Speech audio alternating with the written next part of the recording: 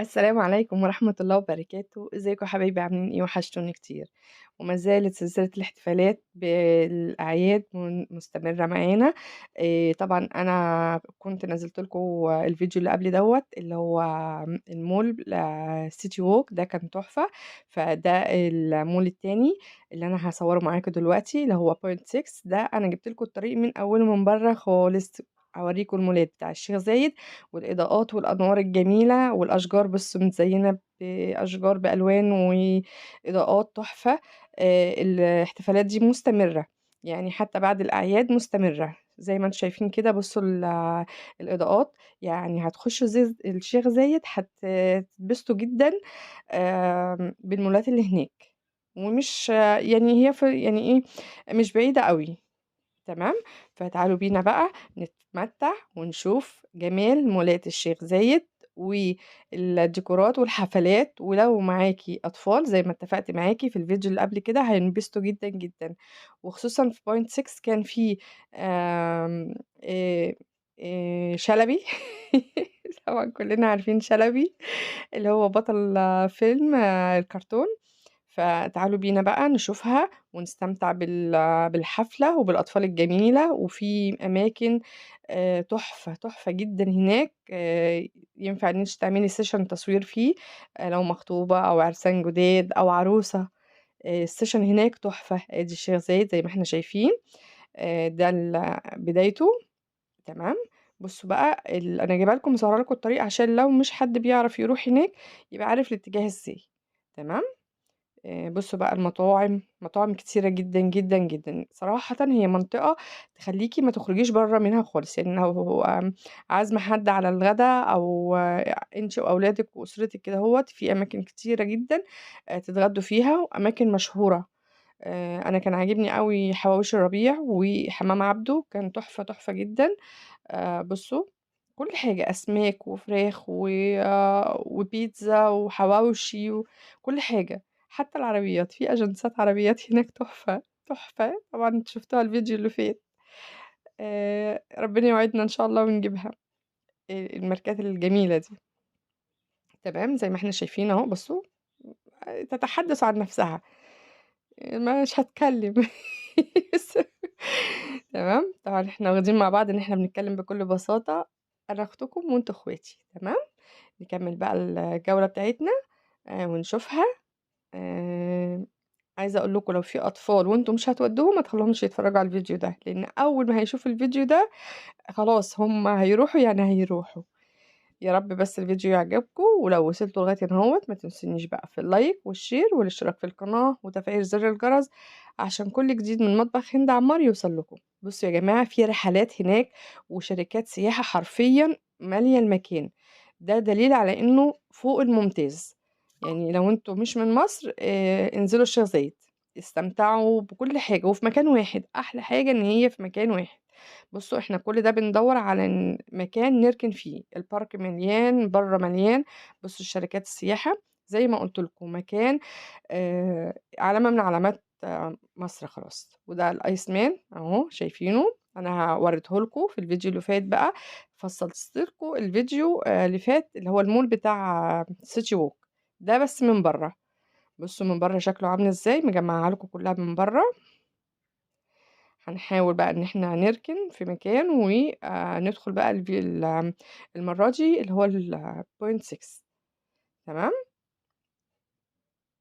بصوا يا جماعة، بصوا الانوار والحلاوة من بره. بصوا لعب الاطفال، بقول لكم منطقة متكاملة ما شاء الله، وامان، والامن في كل مكان. يعني حاجة عظمة. بصوا الاضاءات والحلاوة.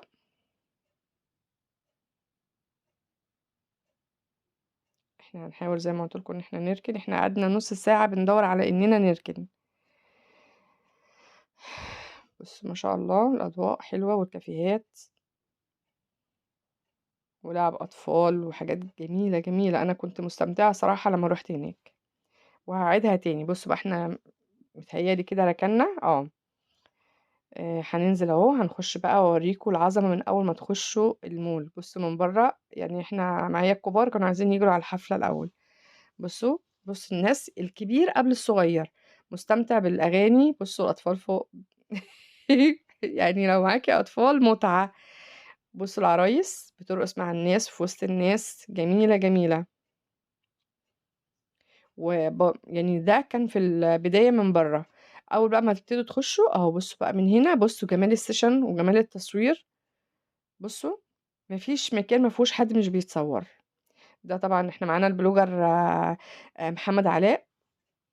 ده صديق شخصي لينا، ده ما شاء الله عليه، ربنا يكرمه ويحفظه، كان معانا في قلب الجولة بتاعتنا دي.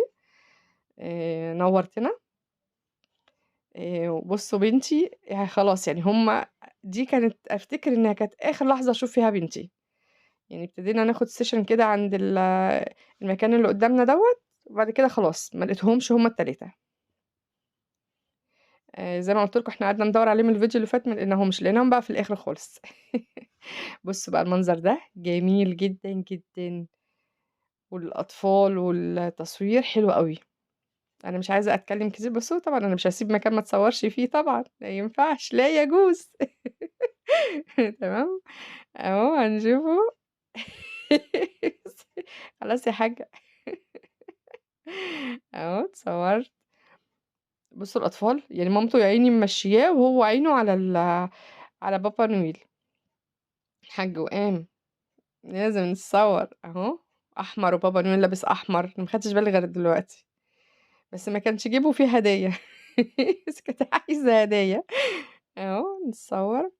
أنا عايزة هاسيبكم كده تتفرجوا على الفيديو. بُصّوا ده إيه، مين حافظ الشخصية دي اسمها إيه؟ يالّا اكتبوا لي في الكومنتات، أنا قُلت اسمه في الأول، بس الشاطر يكتب اسمه تاني. تمام. أنا عايزة أتنطط معاهم يا جماعة، مش عايزة أصوّر. بُصّوا كان جميل جدًا، جدًا. هو عاش الدور، هو نسي وعاش الدور خالص، يا عم الحاج في أطفال معانا. بُصّوا، عسل، عسل. يعني بُصّوا أنا بانصحكم تروحوا، جميل جدًا، جدًا، والحفلات على فكرة ما زالت مستمرة، بس يعني روحوا من بعد الساعة 18:00 علشان الإضاءات تكون ابتدت تنوّر والجمال بقى يبان. هو هيبقى زحمة، بس ماشي تمام. بُصّوا، بُصّوا، الشجرة دي تحفة، تحفة في التصوير، صراحة الصور بتاعتها جميلة.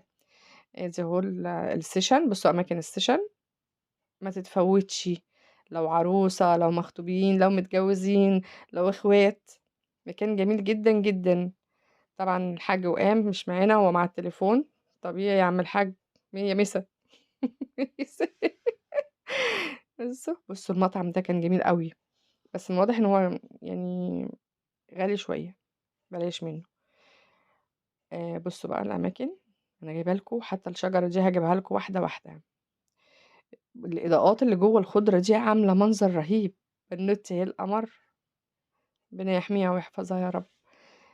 طبعًا مش قادرة أقول لكم إن الموبايل كان هيفرقع صور منها ومن أستاذ محمد. ربنا يحفظهم يا رب من كل شر. تمام. بصوا الأماكن يا جماعة، الزرع والألوان والإضاءات، المول يتحدث عن نفسه. تمام. أنا جايبها لكم أهو من بعيد، ومعلش بقى كان تصوير بالطول، بس كنت عايزة أجمع لكم الصور كلها مع بعض، يعني المكان كله مع بعض. يا رب يكون الفيديو عجبكم وينول رضاكم وتتبسطوا، وسنة سعيدة يا رب علينا وعليكم.